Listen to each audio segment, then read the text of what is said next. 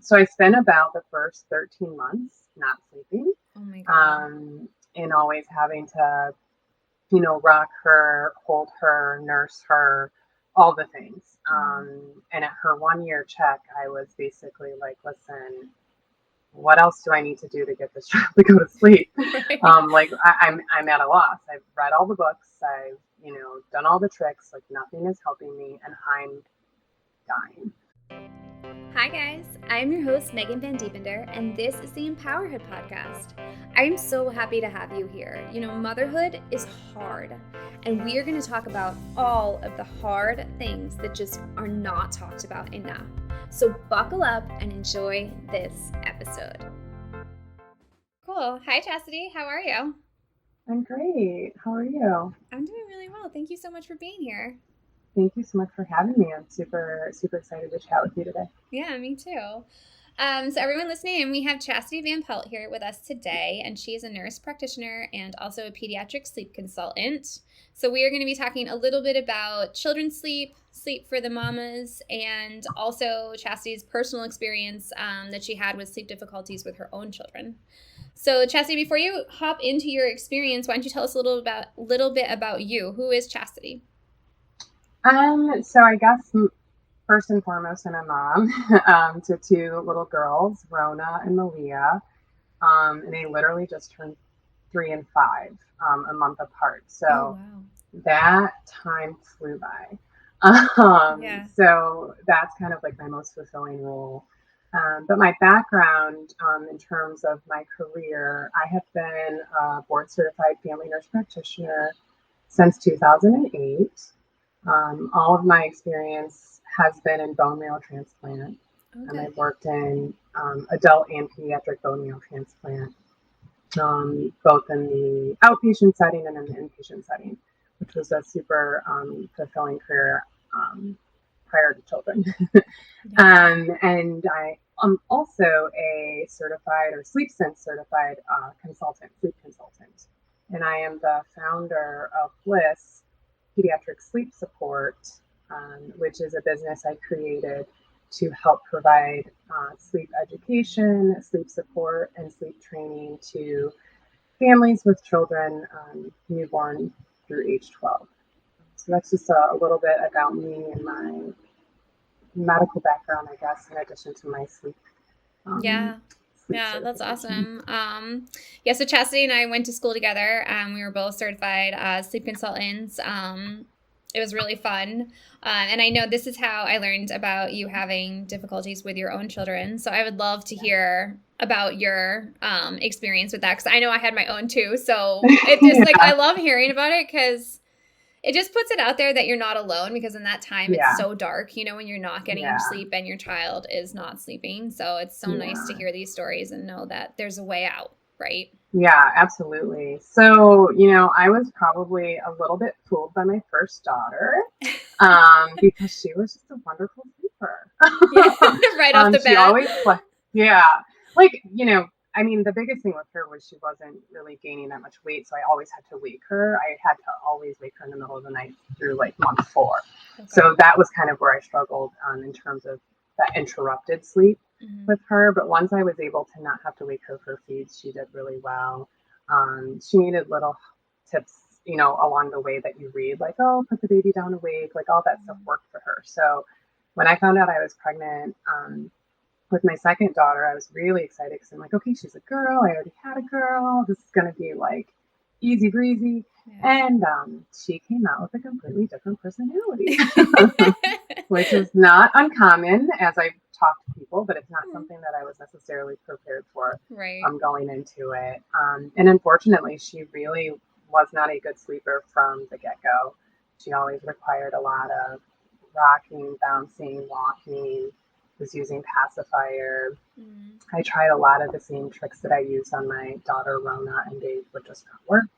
I rented a snoo because I was like, what did you rent? A snoo. So it's like that, the bassinet that moves, right? Okay, provides movement. It's pretty pricey, but we had a friend who was getting rid of theirs actually. So we actually ended up buying it for like half price. But I was desperate, so I was like, whatever. If it's gonna get my child to sleep, I'm gonna do it. Yeah. So I spent about the first 13 months not sleeping. Oh my God. And always having to, rock her, hold her, nurse her, all the things. And at her 1 year check, I was basically like, listen, what else do I need to do to get this child to go to sleep? Right. I'm at a loss. I've read all the books. I've, done all the tricks. Like nothing is helping me, and I'm dying. Right. And my pediatrician was basically like, just give it a little more time. And I was like, okay, well, it's been 13 months, and I'm not sure how much time I have left to give. Right. And I was like, well, what do you know about sleep consultants? And she said that she had some patients that claimed that they were really great, but she didn't have anyone she could refer me to. Mm-hmm. So that kind of led me into doing a deep dive into trying to find, what sleep consultants have to do to become certified, and how do you find someone credible. And through that research, I found a Sleep Sense certified consultant, and her name was Annie, and we had our first consultation over the phone. And I remember I was so tired, and I was also so frustrated with my journey. It was just so nice to tell somebody all the things, because at the 1 year check, I'm trying to talk to the pediatrician in 15 minutes about all my concerns. She's not going to sit there and listen to my saga of sleep deprivation over a course of 13 months. But Annie was very willing, and I was really grateful. And I basically was like, oh, I got it all started when she was born. And so I took her all the way back, which in retrospect, I'm like, oh, poor Annie. But I was so tired. I was so tired, and I was really needed someone to talk to. Yeah. And so anyways, fast forward, I decided to work with Annie. She came up with a customized sleep plan, and Malia literally went from never having really slept through the night consistently to, by night 3, falling asleep independently and staying asleep all night. And I felt restored. And that kind of really, it taught me that there's a lot I didn't learn in my medical training about sleep and sleep physiology, and that falling asleep is actually a skill. It's not something that we just inherently know how to do. Right. And it showed me that I wouldn't wish that experience on anybody, especially to wait that long before seeking help. And that kind of was the impetus to me wanting to create my business. Yeah. Yeah, I mean, it is crazy that you can sustain life with that little sleep. I was on one of the mom's Facebook groups the other day, and a mom had posted that her daughter, I think, was 15 months old, and she was just, it was so sad. I felt so bad for her. And of course I responded because she was like, I feel like a failure. My mother thinks I'm doing something wrong, that my daughter won't sleep. And I'm like, you are not a failure. You are not alone. We all have been through this in some way of another, even if it's when your daughter or son is older, we all go through different, sleep seasons, right? Sleep changes. It's not always a straight line. Absolutely. Even when you learn how to sleep. So I think anybody can really relate to that. Even my 3 nieces were all angel baby sleepers. My brother was just so lucky. But even at certain points, when they're toddlers, they had difficulties. So it's you're never alone. Even though it feels like you are, especially in that sleep deprivation, but you're not. So I think that's just so great to hear that there is a solution. And I mean, I kind of made my way to being a sleep consultant in similar circumstances. My daughter was, gassy. I don't really know what it is. Probably a lot of things, sleep props, gassy, all these things. And at the time, this was 8 years ago. So there really weren't many methods out there besides the Ferber method. And I didn't really want to do that, right? You wanted it to be, more gentle. So I kind of made up my own, I guess that's the entrepreneur in me, but I took his method and made it my own, a little more gentle. And she did. It was kind of insane how quickly she picked it up. I was like, wow, this 3-month-old just played me, literally played me. What? Yeah. So she was sleeping in a couple nights through the night. And she had regressions here and there, but for the most part, she's been a really good sleeper since then.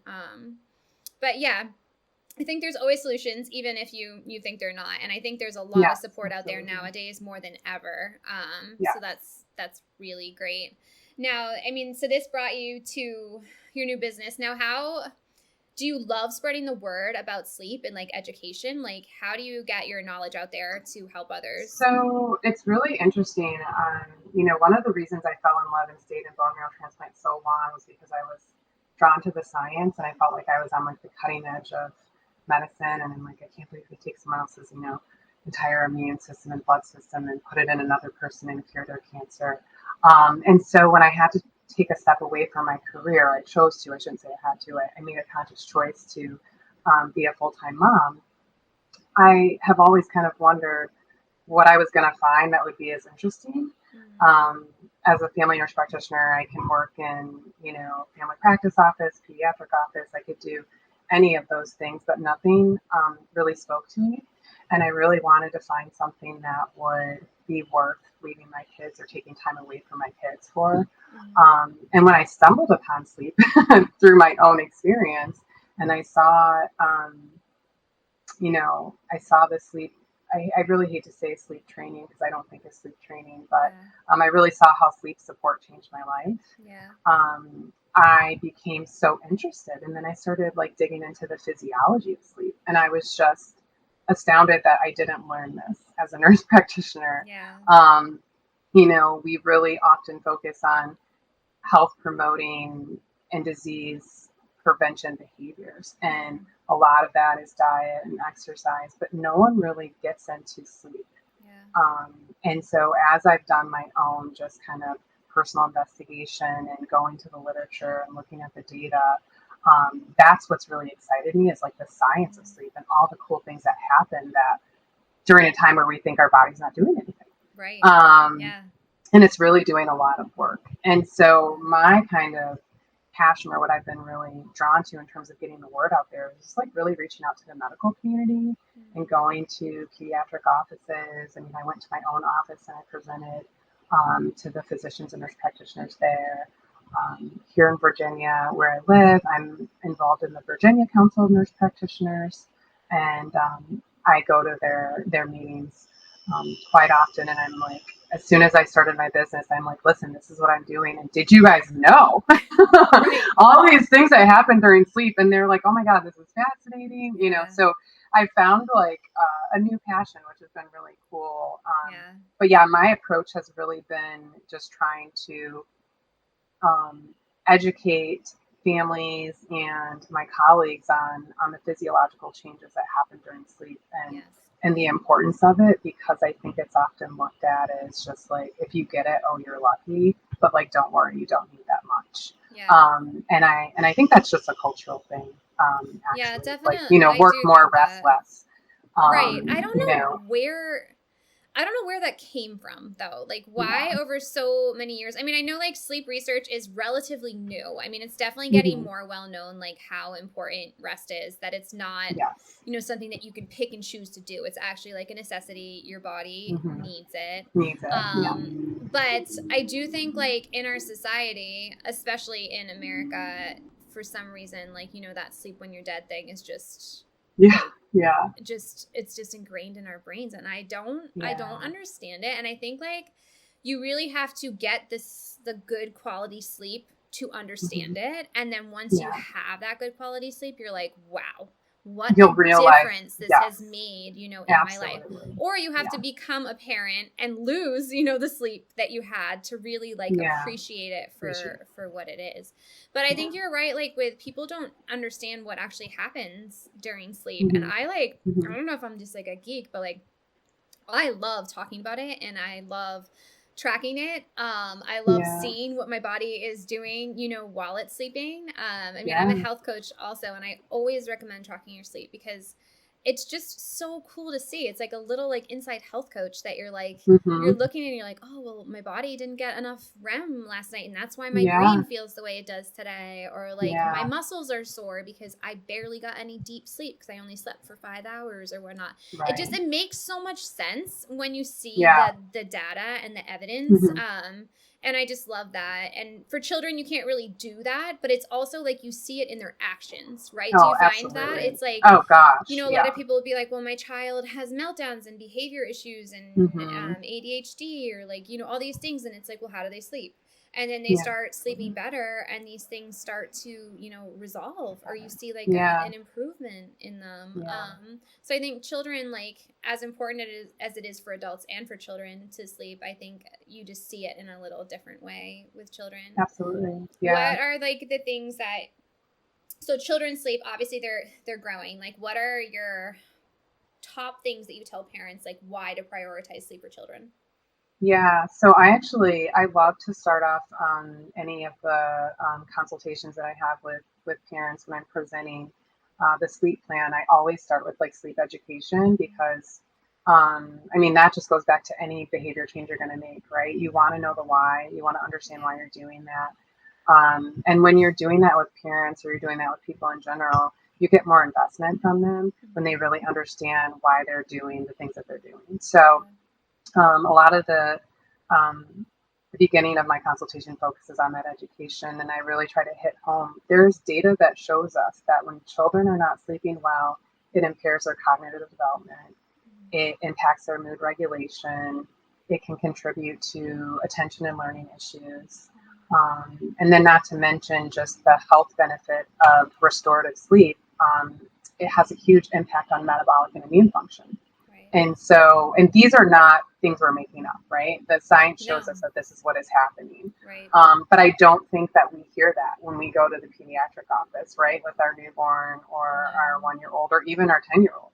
You know, it's like, oh, how are they eating? We all get all these messages about, okay, like, don't do the processed foods and like, don't do this and don't do that. But no one says like, does your kid get enough rest? Yeah. You know, I mean, it may be like one question on the questionnaire, but I don't feel like it's really, there's no why behind it, right? It's like, oh, are they getting good sleep? Yeah, I think they're getting okay sleep, and then they move on. Yeah. Versus like, oh, well, did you know actually when they're sleeping, these are the things that are happening. Yeah. And this is what's impacted when they're not getting good rest. Right. So just that education piece, I think, is super important. And those are huge things. I mean, my daughter had like, my youngest ended up having, we had to do PT because she was crawling, but she wasn't sitting up. And so it was a little backwards. So we ended up doing PT for her, starting PT at like 9 months for her. And subsequently, she ended up needing speech therapy too for like 1.5 years. And I always wonder what impact did her interrupted or disrupted sleep early in that first year have on, you know, some of her milestones. Because we know that during sleep, your brain is making new connections. Those neural connections are being made, and that's how they grow and develop. And so it's like when that process is interrupted, what is the impact on their cognitive growth and their physical growth? And I mean, I don't have anything to say like that's absolutely the reason why, you know, she had the struggles that she did, but she had them and she wasn't sleeping well. And so I kind of feel like sleep is one of those things where if you can do a couple of behavior modifications to change it, there's literally no side effect or negative consequence. So why not try it? Right. It's kind of my approach to parents. Right. Yeah. I always see like so many of my clients. So the children, after they start sleeping through the night, will either have a growth spurt, they'll have teeth come in, or they'll complete a really huge milestone, you know, crawling, sitting up, pulling up on chair, you know, stuff like that. And that is after getting, you know, a full night of sleep. So it's like, you know, it's kind of funny because parents are like, oh, well, they're up again. And I'm like, yeah, but why? You know, because like they're growing, you want them to grow, right? So that's just temporary. And then they're going to sleep through the night again. But like that blows my mind. Like you just got your child to sleep. They got good quality sleep, not just like the hours. They got good quality sleep, like that nice long stretch of deep sleep in the beginning of the night. And their growth hormone was able to release itself correctly. Their teeth were able to come through. You know, it's just like, it's mind-blowing. And that's amazing. Like you said, if you can do that just by correcting a couple of behaviors, I mean, maybe they don't have sleep skills and they do need to learn them. But even that, I mean, kids pick this stuff up so quickly. It's so fast. And it's just it's life-changing. I mean, like you said with your daughter, like, that changed the trajectory of your life, right? Like, I mean, you were a sleep-deprived mom, probably barely hanging on each day, and then all of a sudden you were getting the sleep that you needed. Yeah, Yeah. absolutely. Yeah. I mean, I don't like, how do you, so sleep training is controversial, right? And like, Yes. I agree with you. I don't really think it's sleep training. I mean, if this is a necessity that someone has to learn, it's just like you're teaching your child a skill that they're going to have for the rest of their life. Why, why is it controversial? Like, why do we? I think there's just kind of a negative connotation associated with it. I think we live in a society where, we're always comparing. And, people kind of think, well, I don't want to do anything that's going to hurt my baby. And like, I want to be the best mom, or like, I want to be the nice mom, or the most successful mom, or whatever. Mm-hmm. And you kind of like fall into the like, well, I don't want to do anything that's like quote unquote bad, but it's going to like hurt my kid. And because it's kind of a harsh term in my mind, like sleep training, like you train Mm-hmm. dogs and animals to do Yeah. things. And these are like our babies. Right. And, we're trying to like cultivate and grow them. So that's kind of why I really dislike the word, but Mm. I think it automatically puts people into the mindset of cried out, or like extinction, right? Where you just put the baby in the room and you leave and you let them cry and cry and cry until they just fall asleep. Right. And I think when people hear sleep training, they only think of that particular method. Yeah. And it sounds kind of harsh, right? Yeah. Yeah, And for I think sure. that's kind of why it has that kind of negative label. Yeah. Which is why I really try to shift when I'm working with parents the perspective of like, this isn't like training, this is like education. Just as you have to teach your child how to eat solids, you have to teach them how to sleep independently. Yeah. And I always tell them, like, listen, you might not feel like you need to teach them, but the problem is like whether you're making a conscious decision to give them sleep skills Mm-hmm. or you're not, you're teaching them something. So if you're not making a conscious decision to learn to teach independent sleep skills, then you're just teaching them that the pacifier, the rocking, the nursing, the laying in bed with the toddler for like 2 hours before they fall asleep. Like you are still teaching them something. Yeah. So you can either choose to teach them, independent skills that will get both of you guys better rest, or you can continue to teach them things that are less effective, and frankly have consequences. So Yeah. Yeah, for sure. I mean, especially as a child gets older, I mean, I think we think of sleep training and that word as like babies, but yeah, if you never teach your child those skills or let them learn those skills, sure. then they could be a way older child. We look at Mm-hmm. 10, 11, 12 year olds, even adults that don't Yes. actually know how to fall asleep without a certain prop. Um, Right. and like we said before, it can affect their behavior. You see learning disabilities, you see lack of focus in school and poor Yeah. grades and whatnot. So it does come to that point. And I also think, like, as parents, we have this, I don't know, thought in our head that we have to sacrifice ourselves and our sleep Mm-hmm. for our Yeah. children. But it's like, how is that showing up better as a parent when you're exhausted and pretty much Yeah. probably resentful to your child that they're Yeah. not sleeping when it's actually not their fault that they're Right. not Right. sleeping? I know I felt like Yeah. that with my daughter, those first couple of months, because I don't know if I just had in my head that she just should know how to sleep, Mm-hmm. Yeah. or I didn't know the extent of what sleep depression really felt like. Yeah. But it was like you get angry, you get to your point where you're so tired, you're like, what is Yeah. wrong with you? Like, why are you not Yeah. sleeping? It just doesn't make any Yeah. sense. And I was like, I'm not going to be that person. Like, so I either Yeah. need to choose and make a change. And Mm-hmm. again, it was more just like behavior. It was more my Yeah. behavior, Yeah. than the Sure. child, which usually it is more the parents than the child, because again, it's a baby Mm-hmm. usually. Right. um but yeah, I mean, and it was life changing. Like, I became such a better mom after Yeah. I was getting, we were both getting Yeah. the rest that Yeah. we needed. So I mean, Yeah. I would just love to change the narrative, and just spread the word and awareness about sleep to parents, because I don't think it has to be that way. And again, like, same with like adults being like, oh, bragging like, oh, I stayed up all night. Or I feel like it's the Yeah. same thing with Yeah. parents. It's like, oh, how much sleep did you get last night with that baby? Yeah. It's like Yeah. almost like a Totally like bragging thing. it's like a badge of honor, right? You're like, oh Yeah. yeah, I like get 2 hours a night. Like, and I Yeah. think like you said, shifting the narrative. And I mean, wouldn't it be so great if we could brag about like how rested we were? Right. But again, I think that goes back to kind of a cultural shift. And it's always like, you know, your struggle is your success type of thing, which I think to a point can be, but sometimes we go too far the other way with wanting to make things harder on ourselves than they need to be because we want to show that we're like strong enough. Right. And I think the narrative for motherhood is like, listen, number one, like we're all going through the same thing, right? Yeah. And we all have struggles regardless of our background. I mean, I was always like super hard on myself because I'm like, I have all this knowledge. Like, why can't I figure this out for myself? Like, why can't I read these books and why aren't these tips working? Yeah. Um, and I just feel like, you know, no shame in not knowing everything. Like we shouldn't be expected to as parents or as mothers to know every single thing. I often said when I was training new nurse practitioners, like it's not about what you know, and we know this in just the world. It's about who you know or what resource you know, right? Yeah. So as long as you have the resources, as long as you know who to reach out to, you don't have to know everything. Right. And I think that that's the key with sleep. Like not every family needs a sleep consultant. I didn't need a sleep consultant for my first. I would have loved some of the sleep education though. That really would have really helped me. Yeah.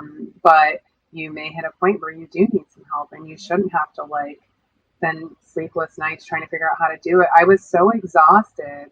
I couldn't even do more research. So like sleep deprivation affects focus.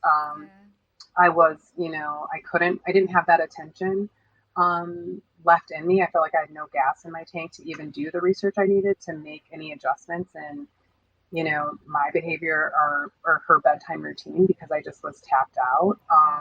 And I didn't really realize how deep my deficit was until I became more rested. And I knew in the moment when I was, so far behind in sleep and I was so frustrated with her, I could feel myself becoming angry with her. And I thought to myself, then I had the whole guilt, like, oh my God, I can't believe I'm mad at my own child. And she's like a year old. But I told my husband that night, like, I literally cannot do this anymore. I'm becoming a person that I do not want to be. And I want to get back to you just myself. Gave me goosebumps. I mean, that's like, exactly how I felt crazy. too. And I mean, the two of us speaking this out loud, I'm sure there are many, many, many other moms out there feeling the same exact way. And that sucks. Not only are you not getting sleep, your child's not getting sleep, and then you feel guilty, about it the next day or right after. And it's like, who wants to live like that? It's just not worth it. It's not. And it's totally an attainable goal for any child to be able to and I sleep. think that people, they have no idea how quick the change can come. And they think it's going to be like this hugely painful process. And I'm like trying to explain to parents, like, listen, it's a very, very, very, very short-term pain. If you even want to look at it like that for a long-term pain, Yeah. I just couldn't believe how quickly my daughter turned around. And I've had the same experience with all of my clients so far. They're like, oh my gosh, it's like night 3. And like, yeah, look at these great improvements, and they happen really quickly. And that's because kids are resilient.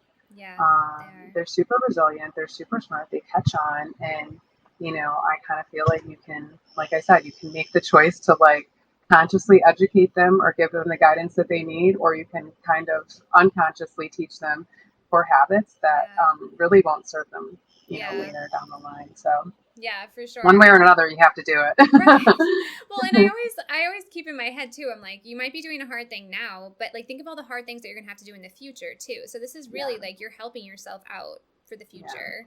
And I think like education wise, I think if you educate prenatal moms and you start doing these tiny little things when your baby is a newborn and just giving them some opportunity to learn self-soothing, you will never even have to do a type quote unquote sleep training. It will never even have to happen.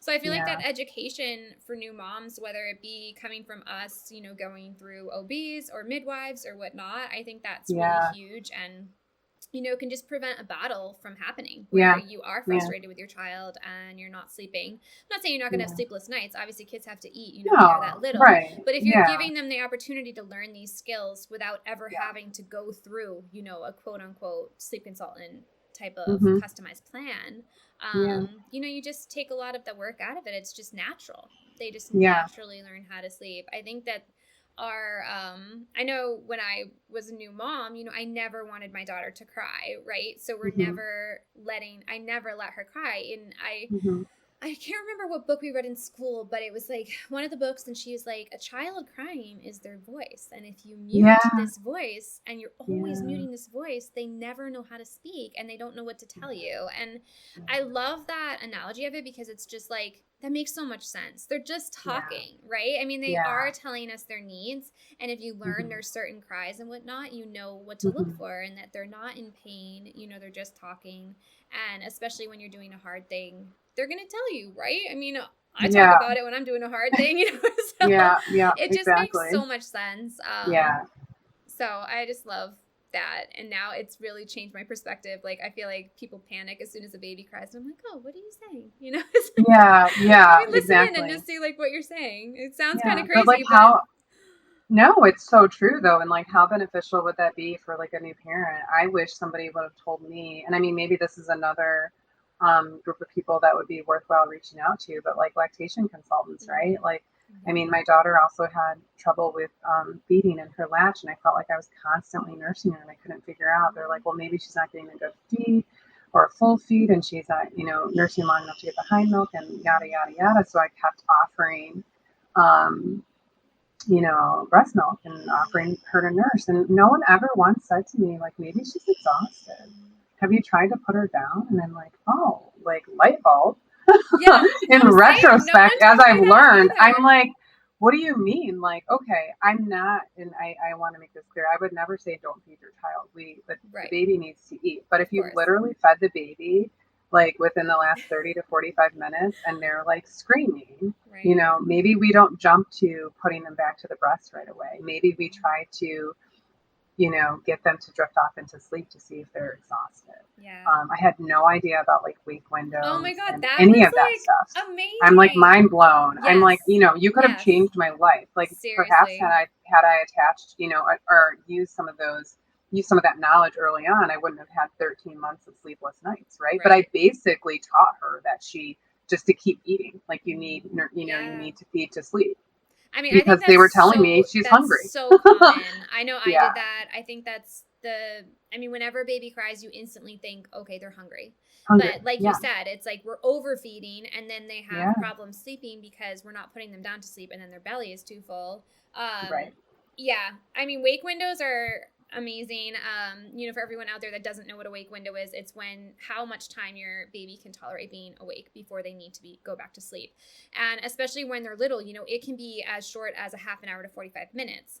So, if your baby is crying 30 to 45 minutes after a feed, they're most likely tired. So looking up your child's wake window is life-changing for sure, because you can start to, and you also start to notice their cries, right? So if it's 45 minutes and they're crying, that might be their tired cry. And you can really like tune in and be like, all right, this is what it sounds like for them when they're crying and they're tired. And I think a lot of times when a child cries in the night and they wake up and they need that prop, to go back to sleep, it's their tired cry, right? They think they need you, but they're just so exhausted and want to go back to sleep, just like you when you go in and you're frustrated. They want to go back to sleep just as much. So I think the wake windows really bring so much awareness to what your child is saying to you at that time if they cannot speak, if they're that little and they can't speak. So and those are just like such easy tips, right? That's nothing, like that's just, it's just, I couldn't believe how simple it was. It doesn't have to be complicated, it is really simple. And the other thing is like, tired babies don't feed well. So you get into a cycle, right? Like if the child, if you're nursing or bottle feeding when they're tired, they're not taking full feeds because they're tired. And they're literally not able to get a full feed. Well, then they're hungry, and then you just kind of are on this hamster wheel. So, all the stuff I wish I knew, I'm like, oh my gosh, lots of light bulbs went off when I learned that. Yeah, but now we're spreading the word through this, and I just think like if people just keep talking about it, and you keep spreading the word about even just a wake window, I mean that would make a huge difference in people's lives. And they're not always hungry. You got to kind of differentiate between the two. I mean, kids do eat a lot, and I mean, nursing is hard as it is, but to know that you don't have to feed them, every 45 minutes. Because I felt like my whole life was nursing. when my daughter Yeah. was really little, Yeah. and it was like every half an hour. I feel like I just finished and then she wanted to eat again, but Right. Yeah. she was most likely tired, and I did Tired. not realize that until she learned how to sleep on her own, and she could go for a nap, you know, without being like looking for me to put her to sleep, you know. Yeah, that's crazy. Yeah, I love all that stuff. I mean, I think a lot of times too with like children's sleep, like we don't talk about how hard it is on the parents with their mental health. And I like you sharing your story just about how you couldn't even focus to go on the computer, and we have parents out there going into their jobs, you know, every single day, just so depleted. They're starting off in a negative, you know. So it's like a lot of this we're sacrificing it for our children to, you know, we think we're helping them, but we're actually not, and we're kind of like, you know, going back. We're not making forward progression. Like how would you describe it? Like, what do you think about that? I mean, and again, I'm just going to go back to like what the data shows. It's like, you know, when children aren't sleeping well, mothers or parents aren't sleeping well, and there's a link between you know, disrupted sleep and maternal depression, postpartum depression, all of those things. And, you know, we just don't really have, I don't feel like sleep, again, awareness, we're not really driving home the fact that it really does impact mental health, and how important it is and how restorative it is. I know for me, I kind of felt like I was in a fog. I was just like going through the motions. I didn't have postpartum depression, but I definitely had postpartum anxiety. I was constantly, and probably, you know, related to my medical background, I was constantly looking and reading and researching. And I mean, imagine doing that for 13 months and then just like building a cumulative sleep debt. By the 13th month, I was like tapped out, and I was just like a shell of myself, right? I didn't even realize it. My husband travels a lot for work. He's gone for stretches at a time. So, I mean, it was really hard. And I think, you know, making some simple changes and getting the sleep that you need has a huge impact. And like we all know, I just told you at the beginning, my kids are 3 and 5 now. It feels like it was a blink of an eye. And I hate to look back and think that like, or I hate for anyone to be who's in that newborn first year, for that to all be clouded by sleep deprivation. Like there's so many cool things that are happening with our babies at that time, like watching them go from like a helpless little, you know, infant into like a toddler. Like I remember that first year, and you know, the first birthday, and I was like, everyone's like, oh my gosh, you're gonna go back to work. And I'm like, what? I just put in 12 months of hard work to get this baby from like, you know, not doing anything and just being like a little blob that I had to carry around to this little independent person. I'm like, if you think I'm going to hand her off to somebody else to watch from year 1 to year 2, you're wrong. I was like, no, I'm going to stay, and I want to soak it up. I want to, it's such a small, it's such a short time in their lives. It really is.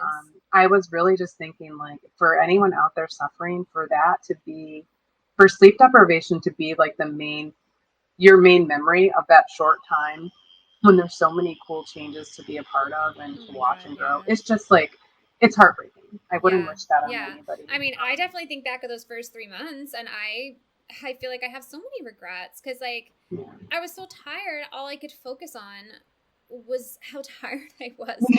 How she was such a bad sleeper when really it was just I wasn't doing the right things to provide her with the right environment to sleep. And I also had a really hard time nursing, and I do have a lactation consultant coming on the podcast because that's just huge. And I feel like they're really blowing up lately. Like there's so much more in my area, and I just think there's so much more well known now, especially like with sleep consultants as well. You know, both of us, I feel like we have like a huge impact on moms, whether it's like nursing help or sleep. And so those two things, like I think took over my life in those first 3 months. And I don't even like some of the things that my daughter did. I mean, I remember the first time she smiled, and you know, of course you have these joyous moments, but I feel like it was a fog. It was clouded. It was clouded. And I don't think it had to be that way. So I agree. I just think if you can take that burden off of parents, and it really is such a rewarding job. I hope do you feel that way too? Oh, absolutely. To see, and it's so rewarding to watch your child learn this like incredible skill too. Like one of my moms was like, I still can't believe it. Like I just stand there and watch her put herself to sleep, and it's just so Yeah. incredible to Yeah. watch. And Yeah.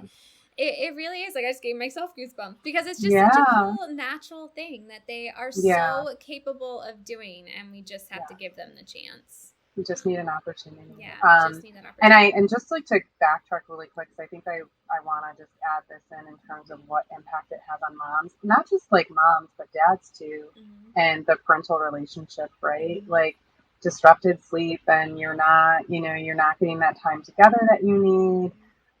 Sometimes you guys aren't even sleeping in the same bed Yes, I was gonna say yes. because Oh, one that breaks my parent's with heart. one child. Yeah, Right. and so just the impact that that has on your relationship, I Mm-hmm. think can be super significant Mm-hmm. um, as well. So I wanted to make sure, for sure, I said that too. I know my husband was really, he was amazed when we did the sleep training, quote unquote. Yeah. He was really shocked at how quickly it worked, and I think he saw, he felt helpless, and he didn't know what to do to help me. Yeah. And when we met with Annie and she included him in the plan, and he was the one who had to like start things off, Yeah, I like, was gonna say I love the he dads. had a sense of like Yep. ownership, number one. Mm-hmm.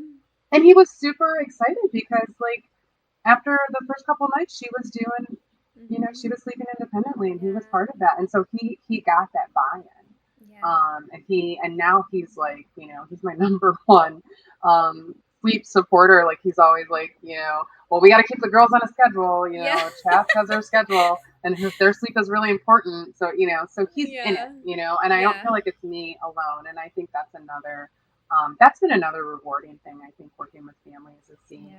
I always try to make sure I include both parents, caregivers, whoever's in the home, um, in on the process, because if everyone's on the same page, it just makes it so much easier. Yeah. Um, Yeah, I and think they've been that's great. shocked.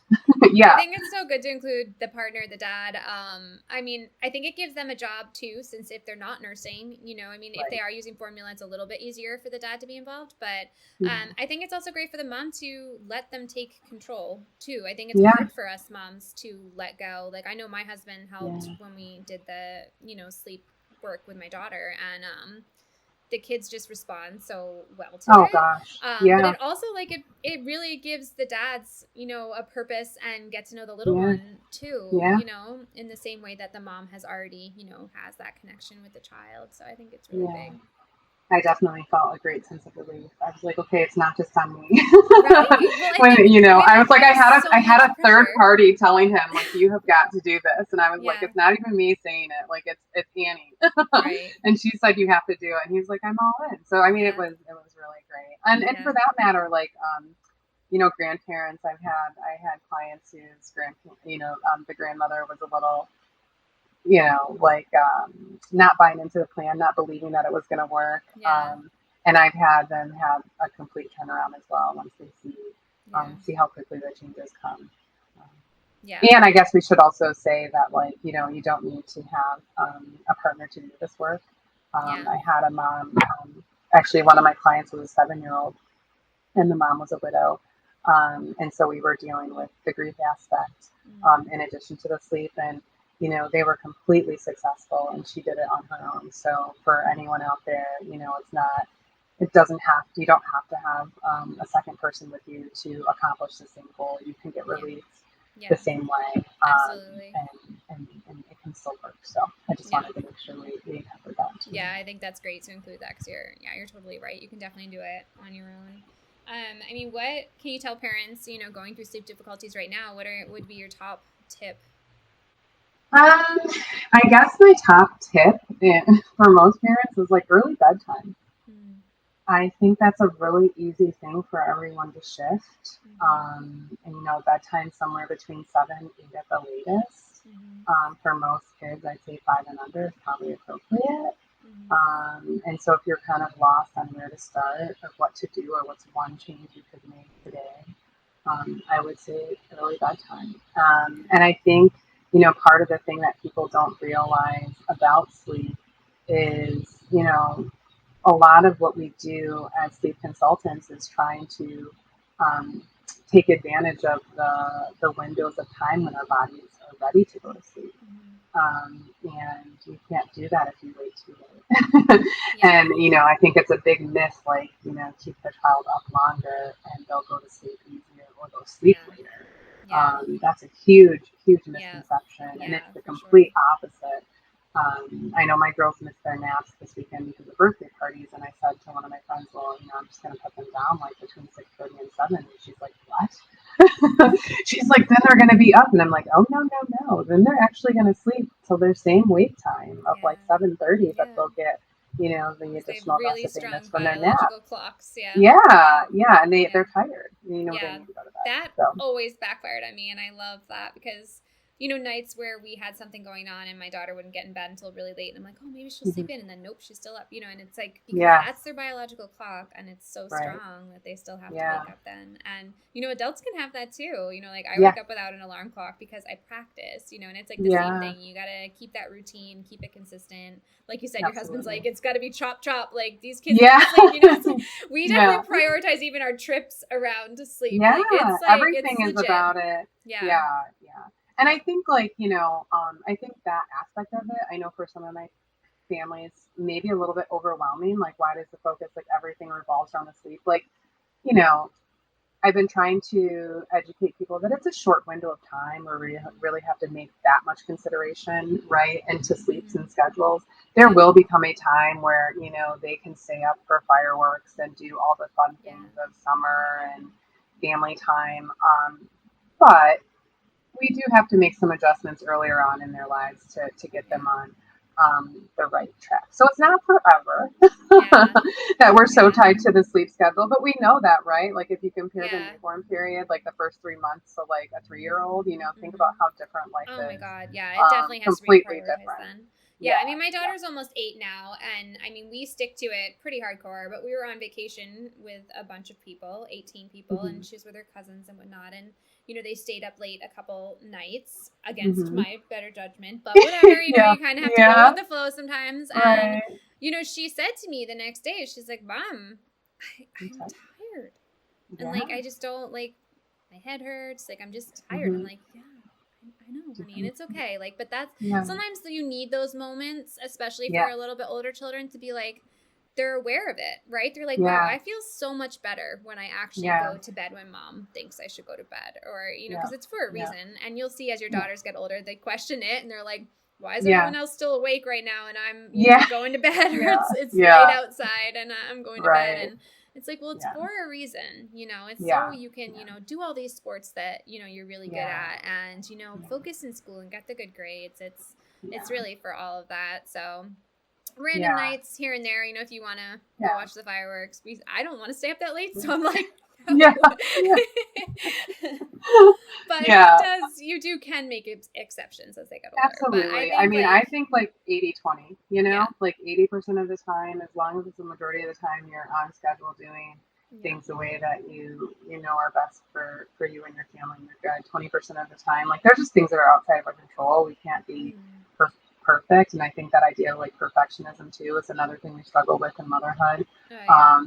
And just wanting everything to be exactly the same all the time. And I mean, that has been a very humbling experience for me because I feel like every time you think you're on track with these kids, like there's something that comes up. I felt this way in the first year. I'd make a hurdle, we were, okay, we're nursing good, we're doing this or we're doing that. And then I'd swear like the next week it'd be like something else. And I'm like, man, I thought I had it all figured out. And then they change, right? And then their needs change. So, I mean, unfortunately, I can tell you that doesn't go away. I've like accepted that. I pretty much thought like, this is just the way it is, right? But it's like, it's a big shift, right? Because you have such little, it's just for someone like me who I feel like I won't say like I'm a control freak per se, but I definitely like things to go a certain way, and I'm kind of like a by the book person. Motherhood has been a challenge in that way. I've had to kind of like learn to be more flexible, which is great, right? I'm growing as a person. It's a good, for sure. I mean, too, so it's like it's always in the back of my mind, like, I'm like, all right, Megan, just go with the flow. Yeah. And it gets Yeah. harder as they get older because they play sports and this stuff is late Right. at night, or school activities are late at Yeah. night. Not late, but when we go to bed early, we wake up early. So we go to Right. bed early. So it does, and you do just kind of just, you're like, all right, you know, if we miss sleep tonight, we're going to make it up tomorrow. And Right. I mean, it's never, like I said, sleep is not linear, right? I mean, our lives Right. are not a straight line. No matter what you're doing, there's going to be obstacles that happen, whether it's, you know, something stressful or challenging comes up in life, or like something happens with your child, they change, like you said, or, you know, they're evolving and growing.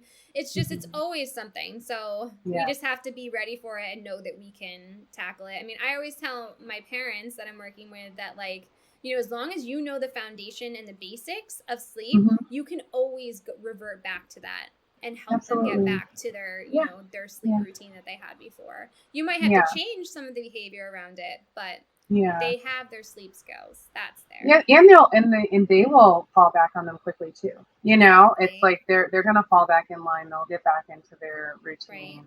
Right. All is not lost. Yeah, well, that's why, like, I know a lot of people. Travel, all this stuff, illness. It's like, oh well, they were in my bed for 2 nights. I'm like, it's okay. It's like, you just have to get back into your routine, and they will too. It might take a couple nights, but yeah, you can do it for sure. So, where do you see your business going? You know, 5 to 10 years from now, what are your hopes and goals? Oh gosh. Yeah, I mean, my hope is that I'm, you know, connected with the pediatric offices in my area, maybe even doing, you know, office hours out of their practices, similar to like a lactation consultant, because I really do believe that sleep is a necessity and it's a foundation that needs to be promoted, just like, you know, babies being fed. Babies also need to sleep. And I think that really incorporating that into medical practice can really shift all of the downstream effects that we see as children age, especially as we're seeing, you know, an increase in behavioral issues, you know, the ADD, the ADHD, the autism. I was just talking to a pediatrician a few weeks ago, and she kind of is the physician in the practice that focuses on those behavioral issues with children. And she flat out said, when I have my parents fill out the questionnaire, if I see that they have not, that they mark that their child's not sleeping well or they're not getting adequate rest, I won't even test them for any of these behavioral issues, because that's how big of an impact sleep has. And it really can cloud the picture. And I don't think there's data out there to show that like sleep deprivation causes these things. But we know that sleep deprivation contributes to the issue. And when these kids are getting their therapy or their support services, a well-rested child will do better in play therapy. Will do better in you know, those support services when they have the proper rest. So just getting that confirmation from her was enlightening. But so I hope that, like, you know, 5 to 10 years from now, like, you know, sleep support is like a common theme, which is already becoming more well known, like you said. But I'd like for it to be more mainstream in the medical community as a health promoting behavior, and that's something that I haven't seen yet. Yeah, that I'd like to share. I think that would be huge. Just like I said, if you start to hear about it from your midwife or your OB, you know, before you have a baby, and just like kind of put that seed in your mind that this is important, and you know, you should definitely learn about it and prioritize that education. Yeah, that's great. Well, I'm so excited for you. Where can we find you, Chastity? What's your website? So you can find me online. My website is www.bliss, BLISS-sleep.com. I'm also on Facebook and Instagram. You know, when you find these, we have to create these handles for your Facebook page. All the names are taken, and apparently Bliss is very common. Oh, no way, really? Yeah. So so my Facebook page is, you know, it's facebook.com/bliss, but it's capital BLSS. So so it's without the I. Okay. I'm going to link it all below, so it's okay. Okay. You'll have Yep. to spell And it then out. I'm on Instagram at bliss_sleep_support. So Okay. you can find me on any of those 3 platforms. I'm running a July special for anyone that's listening or tunes into this. 15% off any sleep support package for a summer sale. So I'd love to help any families out there that need sleep support. Yeah. And where are you? You're out of Virginia, right? You're based out of Virginia? Yes, I'm in Ashburn, Virginia, so it's like 40 minutes outside of DC. So happy to help anyone in the area for sure. Yeah, that's awesome. Well, thank you so much for being here. I really appreciate it. Thank you. This information this was so fun. Amazing for sure. Yeah, Can't wait to put it out there. Yeah, this was great. I'm really happy to be able to spread the word, and I'm so excited for your podcast. I think it's awesome.